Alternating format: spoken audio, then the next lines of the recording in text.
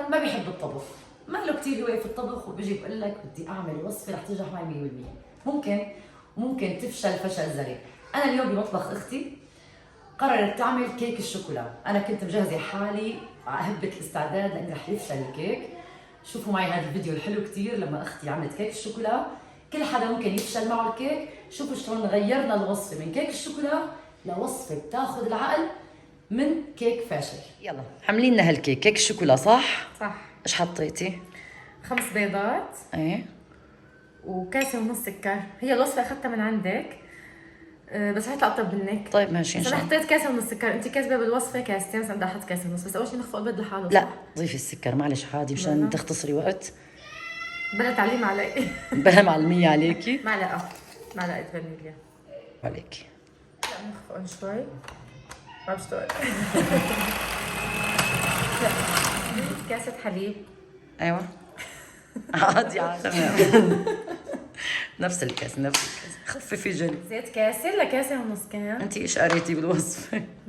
كاسه. في عندي كمان زيت. لا معلش. بغرقك زيت. نرجع نخفق صح؟ ممتاز. صح انا بدي اعلمك. صح تمام. انا بدي اعلمك اصلا مو انت كمان. ماشي. معلقه كاكاو كبار طبعا. كبار.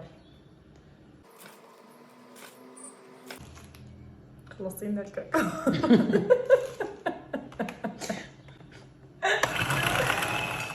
بنضيف كاستين ونص طحين. معلقه صغيره. معلقه صغيره بيكنج باودر.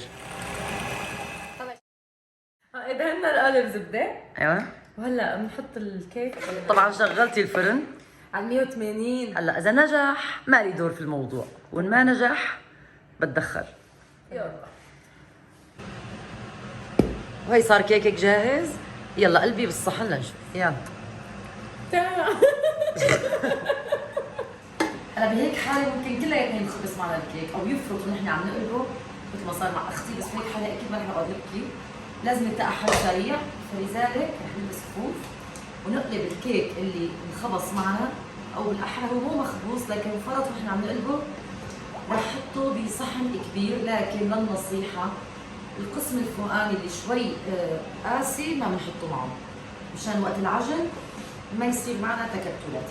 هلا رح نقلبه كله بالصحن الكبير ونضيف له بعض الاضافات ونعجنه نساويه عجينه متماسكه. اول شيء رح نضيف له علبه قشطه، مو شرط نوع معين، اي قشطه متوفره عندكم بنضيفها كلها. وبعدين رح نضيف معلقتين صغار او يعني معلقه كبيره من القرفه، هو اللي رح يعطيه الطعمه، ما تخلوه بلا بهارات. وشوي صغيره من جوزة الطيب، ما تكتروا، نص معلقه صغيره. هلا رح اعجن، اذا ما تماسك بضيف شويه حليب، ممكن جدا يتماسك مع القشطه.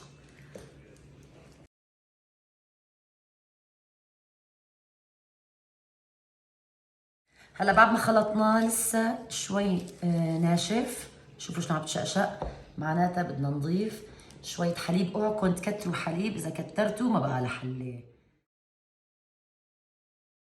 هلا حسيته صار معي عجينه متماسكه، رح ابدا اشكله على شكل كرات خطه اكبر.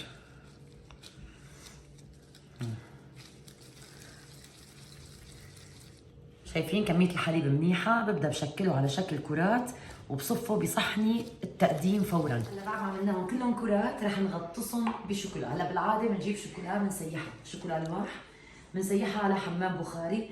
هلا لما توفر عندي رح ادهنها بشوكولا، اي شوكولا متوفره، شوكولا الدهن تبعت الساندويش. بالعاده بناخذها ونغطسها بالشوكولا السايحه ونتركها في البراد حتى تجمد. هلا انا رح شيل شويه شوكولا وحطها على وش كل كره وادهن لحتى تعطيني بس شكل حلو من فوق.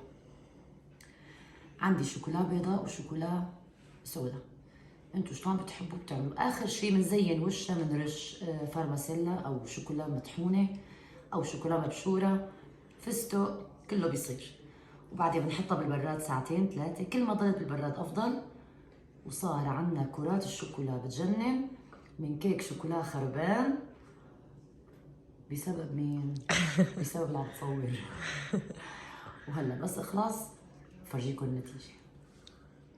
وهلا شكلت الكرات، نصهم بالشوكولا البيضاء ونصهم بالشوكولا السوداء. طبعا هي ما كل الكميه، في كثير لسه، بس انا بس مشان فرجيكم شلون بدي زينهم.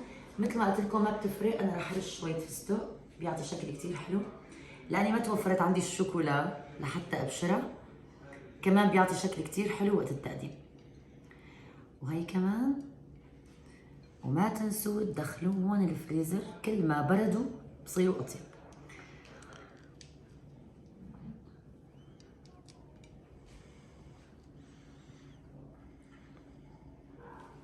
وهيك كراتنا الشوكولا بكونوا خلصوا.